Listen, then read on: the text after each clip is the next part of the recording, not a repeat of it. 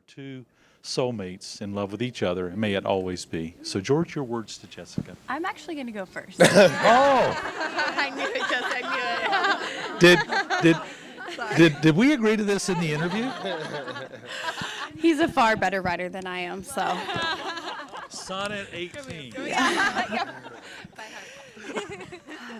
Right. I got it. George. Okay, George.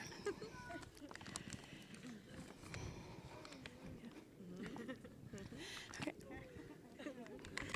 I got it.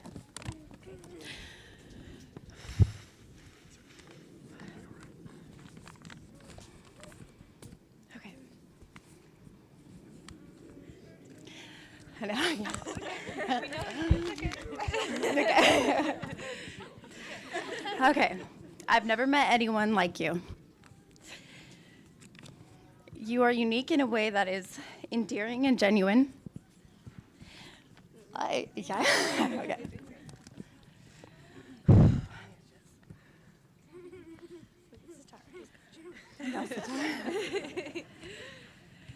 Okay. You are filled with nothing but raw talent in a multitude of things. I'm constantly impressed by how smart you are. Smart on a deep, deep level. You have a way of reading me that is shockingly good, and I've been told that can be hard to do. It feels as if you know everything about any topic you speak about. You're constantly searching for more information. You're well-read. You listen to the best music. You're the best cook. You have the most amazing laugh. You're so quick and witty. And I haven't even begun to talk about your devastatingly good looks. But for now, I do want to promise you a few things. I promise to stand by you with loyalty that is impeccable. I will be calm and slow to anger. And most of all, I will accept you as you are, with your ups and downs. Because you are truly my favorite person ever, and I promise to love you under any circumstance. Good words, Jessica. So, George, before I hand you the microphone, are you stage ready? I'm ready. For this? I'm ready. Okay, because I'm going to give you the microphone. Okay, here we go. Your words. Most of you here know me as a very even-tempered, stoic, calm guy. So you'll have to forgive me if I let slip that steely, cool veneer that I've successfully affected all these years. How on earth did I end up at a wedding? My own. Participating in an institution I don't fully understand. One defined by total faith and uncompromising commitment, when my two defining characteristics are cynicism and a virtually paralyzing inability to commit to so much as a lunch order. Neither of us has anything tangible to gain from this ritual. I have nothing to offer you but a crazy family and an unending stream of crude jokes. And yet here we are. And the craziest part about all of it is that I know exactly why I'm here. It's because I love you. And the rest of it be damned, I know I will continue to love you. I will love you with no regard to the ambivalence of parents or the boredom of friends. I will love you even as our responsibilities become heavier and our chores become more tedious. I will love you the way cucumbers love lemon and salt, and the way tamarind candy loves chili and salt, and the way cashews love to be roasted and salted. I will love you the way scented candles love to burn in a stuffy bedroom, or the way dirty cars love to be finally cleaned. I will love you the way grumpiness loves you in the morning, the way grumpiness loves me in a traffic jam. I will love you the way Carlos loves kicking a ball, and my mom loves tinctures and to call burritos burros, and the way Grandma Zoraida loves to talk about her childhood in Mexico, and the way Ryan Britt loves to quote The Wrath of Khan, and the way my dad loves South Mountain and your sister loves to sing. I will love you every night at 12:30 a.m. when you've been sleeping for 30 minutes and I'm wide awake beside you. I will love you the way gentle whispering loves to crinkle packaging, and the way our fake teeth love to fall out with no warning at all. I will love you the way you love the smell of sunscreen or the sound of a jangly guitar. I will love you with the same fervor with which you hate to fold laundry or stop for gas or go to the bank or wake up on a school day. I will love you when you pick up the oboe again. And I will love you when you put it back down. I will love you at the beginning of one of my completely unnecessary temper tantrums. And I will love you in the middle of it when it doesn't look like I love anything at all. And I will love you most of all at the end when you forgive me for having it. I will love you the way mustard loves your sandwich, or a jar of pickles loves to be eaten in one sitting at the Larson house. Or the way everything I cook loves to be simmered for hours. I will love you the way my face loves to be bearded, or the way your hair loves to be done by only Annalise.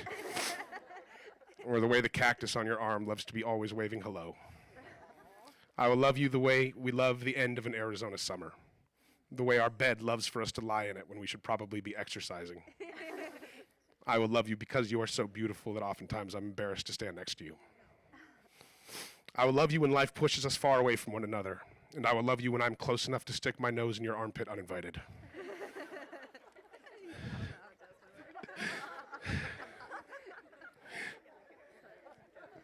I would love you even if you didn't marry me, even if you'd married someone else. I will love you as we grow older, which has just happened, and has happened again. And happened several days ago continuously, and then several years before that, and will continue to happen as the spinning hands of every clock and the flipping pages of every calendar mark the passage of time. That, Jessica Paige Larson, is how I will love you, even as the world goes on its wicked way.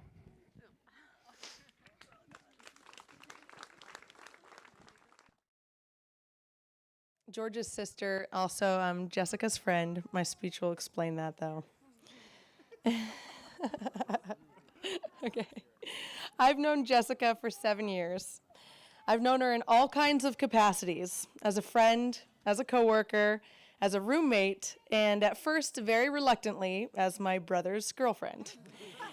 I say reluctantly, mostly because my brother didn't always have the best track record when it came to relationships. Understatement? Or also, in years past, I had bad habit of flirting with Jess's current boyfriend, and so it just seemed wrong on so many levels, so. Okay, I'm getting ahead of myself, though. When Carlos was born, I was naturally overwhelmed, and at the same time, Jessica was looking for an affordable place to live, and being great friends, we both agreed it would be great if she and I could live together, and she'd live in our spare room in exchange for, she would help watch Carlos. And during that time, our friendship grew closer and closer, and I fell in love with Jess. She's a great, dear friend, and just like an aunt to my kids. She's always been an aunt to my kids. And all is great. Everything's wonderful, and my brother comes and blows back into town. And to my surprise, he wanted to come out and hang out with me all the time. I saw them talking more and more, and then they started a book club together, whose members included Ty, Jess, and, oh, wait, that was it. It was just Ty and Jess, yeah. And I knew something was up. So Ty had never dated a girl like Jess before. This had disaster written all over it, and I would be right in the middle of it, and selfishly lose one of my best friends possibly. I warned both of them to stay away from each other, and Ty, as usual, completely ignored my life advice, and Jess acted all innocent, and there I was on the sidelines. It was like watching a head-on collision in slow motion. But what had happened over and over again didn't happen this time. Then I remembered what I was thinking from the start. Ty had never dated anyone like Jess before. He had never dated anyone who didn't enjoy triggering and surfing on one of his emotional tsunamis, someone who thought narcissism was a quality trait, someone who didn't have deep psychological issues, a checkered past, or wake up every morning with a hangover. Jess scored 0 on all of these points. Jessica was, in fact, the opposite of everything Ty was used to. She's kind in every circumstance. She is naturally happy and balanced, and because of that, she somehow reduces the devastating tsunami that to an occasional high tide. She's she's grounded and real and doesn't have a pretentious bone in her body. All of the things that I've always loved about my friend, my hard-headed, lovable brother, somehow saw the light and fell in love with her as well. And when you win my brother's love, you will win a love that is like no other love. And he will love you forever and always and deeply. I know that, and it's so special. You are both so special to me, and you're perfect for each other. I know that the word perfect was thrown around up there, but it's just so true. And I think that we also need to take a moment to thank Carlos for playing matchmaker here. And I could not be happier to have such a close friend be my new sister.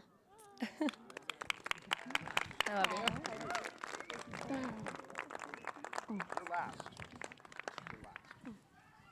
Thank you, Jenny. Next up, we have David.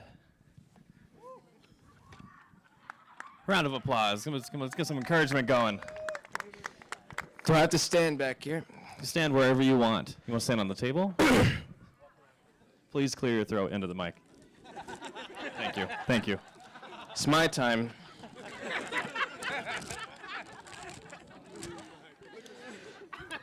Hello, my name is David Riley. I'm from Southern California. I have lived in New York for countless years, 8. That's where I met George. I met George when we were both adult men. The rest of George's groomsmen call him Ty and met him as a small child. So why am I here? I've had some of the greatest times in my life with George. He's a special magnetic person. Everyone knows that. But I've also had some of my worst. Because George, he inside of him lies a terrifying red rage. But because our experiences run either end of the spectrum, he becomes doubly important to me. Jess is a good girl, maybe the goodest girl. George resisted the fact that he was dating his endgame for a long time. And over the phone and in person, I supported this denial.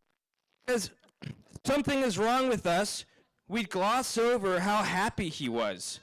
We were very suspicious of how perfect she was. Maybe she was an overzealous spy, a little green collecting intel on Arizona Community College theater programs. But we've all come around. Jess makes whomever she's with feel good and warm. Is that creepy? George is my most cherished creative asset. He shits out beautiful, strange works daily. I am proud to be his friend, honestly, for life, no jinx. And I'm honored to be part of this most important day in his life. I drove here from Los Angeles last night for 7 hours in traffic in Riverside. It was not a problem. I didn't care. I have incredible love for George, and now I have incredible love for Jess. Good luck with everything.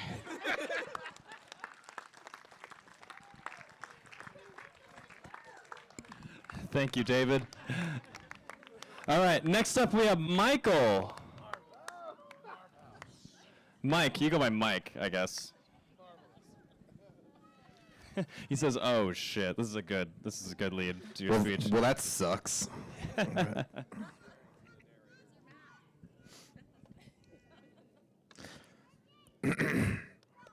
I'll keep it short after that. Ty has shaped a huge amount of who I am today. He introduced me to the joys of alcohol.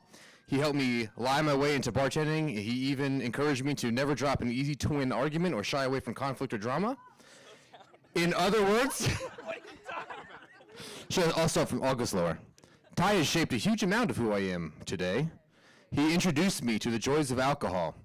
He helped me lie my way into bartending. He even encouraged me to never drop an easy-to-win argument or shy away from conflict or drama. In other words, Ty is the reason why I'm single, overweight, and pretty unhappy.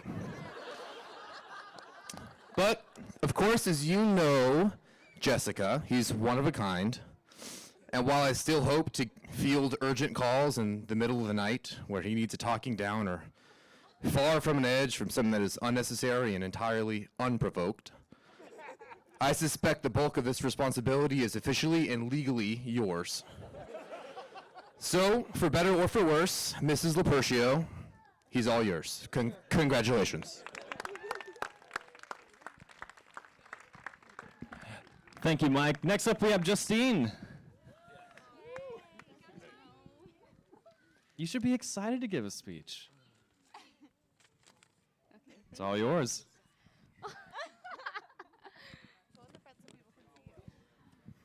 I want to be right here. Okay. First, I want to thank Jessica and Ty for their love and commitment that's bringing us together tonight. I've known Jess for over 10 years now, and some of our best memories were living together. It was a time in our lives where our refrigerator was empty, Jessica never had gas money, and my car was always broken down. But like family, we always had each other's backs. And George, you feel like an extension to my friendship with Jessica. Last time I was in town visiting, Jessica was out of town, and George and I went and got some beers. And on the drive home, we rocked out to Neil Young on the freeway. It feels so special to have a friendship with my friend's husband. I'm excited to see the both of you grow as individuals and together. I have two quotes that I was thinking of while writing this speech. This is a Yoko Ono quote. To dream a dream alone is only a dream. To dream a dream together is a reality. And this other quote, I'm nervous. This other quote is from a class I took on Taoism, and it always kind of stuck with me. The highest form of intimacy is protecting the other's solitude. I love you both. Congratulations. I love you. Very well done. Excellent. All right, next up we have Adam. Please don't clear your throat into the mic. Thank you.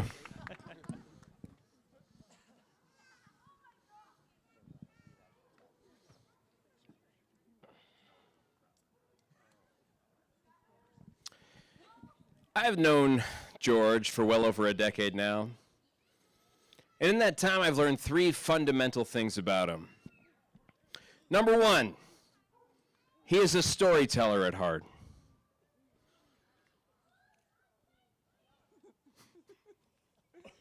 Reality often fails, or reality often falls short of his incredibly high standards, so he tells stories to bend it to his will.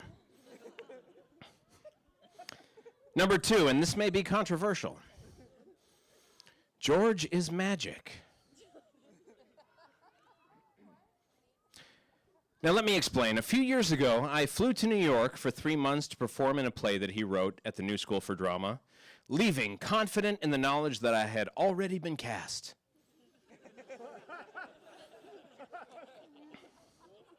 When I arrived in Queens, George told me to get ready for my audition. Knowing I most certainly would not have flown to New York on a maybe, George told me a story and bent the will of the universe to bring me there. And thank God he did. Because with his help, I secured the role, and more importantly, during that adventure, I met my amazing wife, Megan. And we had a daughter this year. Magic.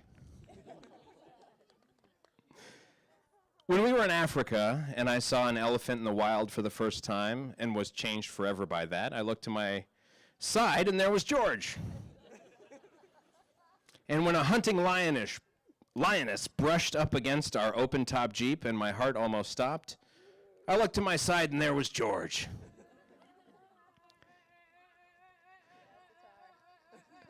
Without a 48-hour film challenge that George invited me to, I never would have met Ryan Gaumont or Michael Markowski, two people that I've done countless hours of work with. Without George, I never would have known the generosity of Mike and Chrissy and Jane, or the hard-fought games of Settlers of Catan with your new bride that rarely end. But hey, and this and that.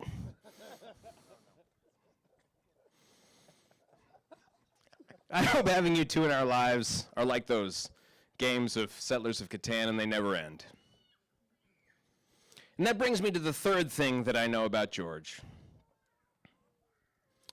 Time spent with him is never, ever time wasted. I love you, George and Jessica. I'm so happy for the two of you.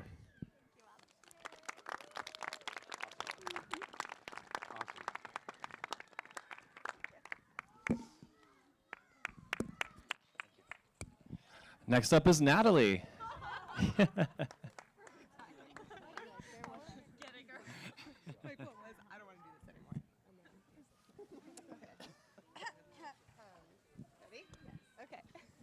Hi everyone, my name's Natalie.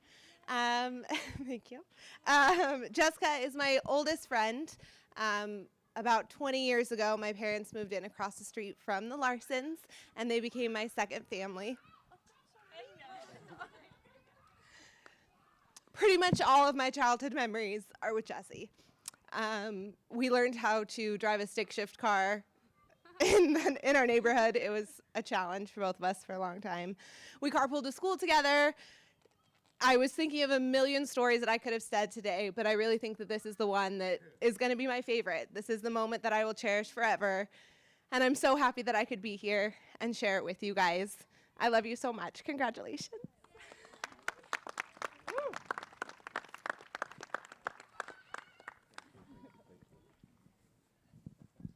Thank you. Next up is Ellen.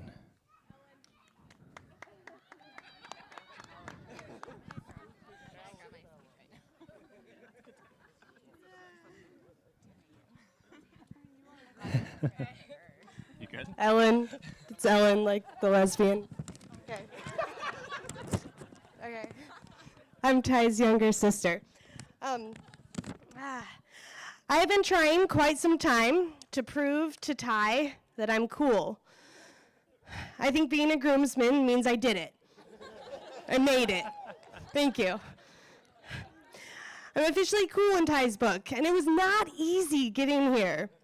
Years of torment, years of embarrassing moments at birthday parties, him constantly poking fun of me at the dinner table, judging every crush that I had, and finding my interest in music and movies to be, quote, ridiculous. However, there came a time that I grew up and I started standing up for my interests and my hobbies. I honestly think that Never Been Kissed is my favorite movie only because Ty hated it so much.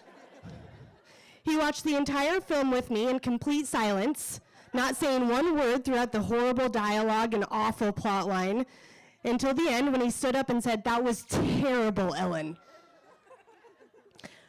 I was so mad at him for doing that. He ruined Drew Barrymore for me, so I watch it at least once a month to spite him.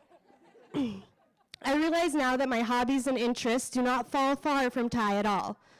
I love performance, I love writing, I love music, which is considered good music now. I love being around people and showing off, but I crave my alone time.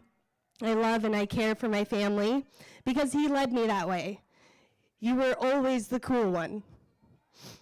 As a few of you know, my grandmother passed away.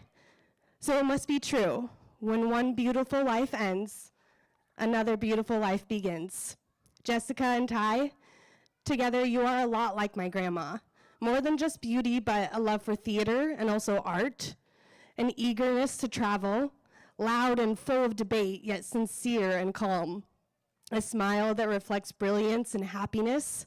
My grandma, much like Ty, could read for days, but like Jess, she also kept the Bible close. You are both strong, passionate, ambitious, and fierce people, and I am honored to call you not just my family, but my closest friends. I wish you nothing but happiness and a life full of adventure.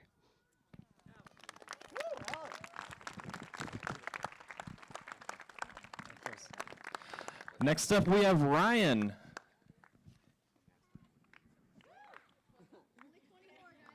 Exactly.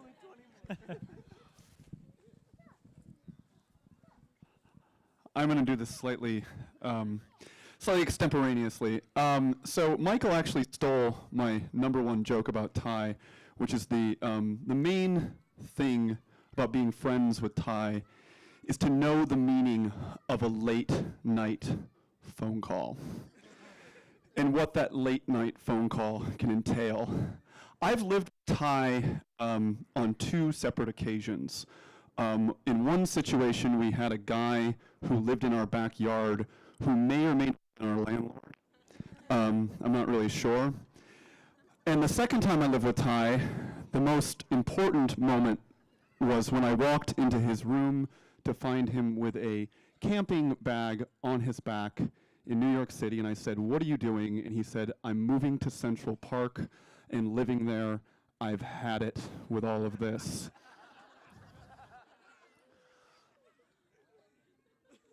At no point in any of these stories, in any of these moments, did I ever feel like he was insane. To know Ty is to have your definitions of sanity, normalcy, and just calmness completely eradicated until you're not even sure what words mean anymore. Ty has also been the only person in my life that has ever challenged my basic fundamental beliefs, not just in the way that you're supposed to behave in a restaurant, but in my actual ideological beliefs, and has shaken me to the core. This is the only man I know that has read all the same books I have, because we discovered them at the same exact time. One of those books was Cat's Cradle by Kurt Vonnegut. And I'll never forget how much Ty wouldn't shut up about how great Cat's Cradle was. And in it, there's a concept called a karass. A karass is a kind of mysterious constellation of people that are in your life for no good reason other than they seem to belong there. I met Jessica long before they started dating. But when I met Jessica, I knew that Jessica was not only in my karass, but in Ty's karass. She was part of a constellation that just made sense. The quote that Ty repeated over and over again from Cat's Cradle, sitting on the hood of my pickup truck late at night debating the themes of the novel, was the phrase, "a karass made for two." This seemed to twinkle his eyes in that mischievous way that he twinkles his eyes whenever he has a new scheme. And the scheme seemed to be that he had hope for that karass made for two. He actually had hope that he could find it. Many times, including times in which I got a late night phone call, or I found him with a backpack on his back moving to Central Park, my faith in him finding that did waver. But not after he started dating this girl. Jessica, you can put up with this guy better than any of us. And for that, I am so thankful for you. But I'm also so happy for you. This is the greatest thing that's happened to both of you, and I'm very, very proud to be your friends. Thank you.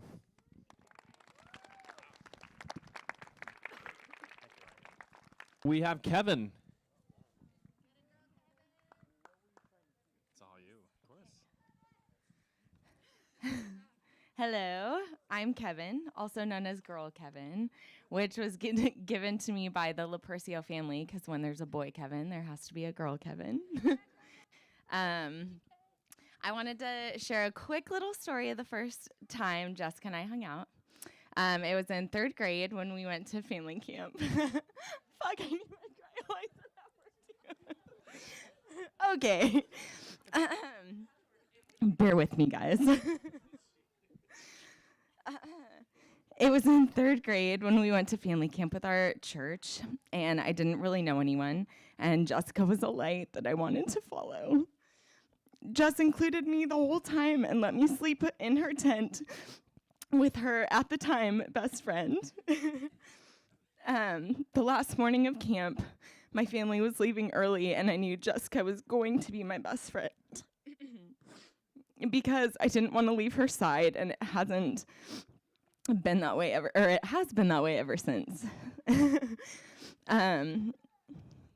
That's all I can make it through. So George and Jess, take care of each other, love each other, because I, as well as everyone else, love this girl so much. She's incredible. Cheers to many more years of amazing camping, because how awesome is this? And I love you both.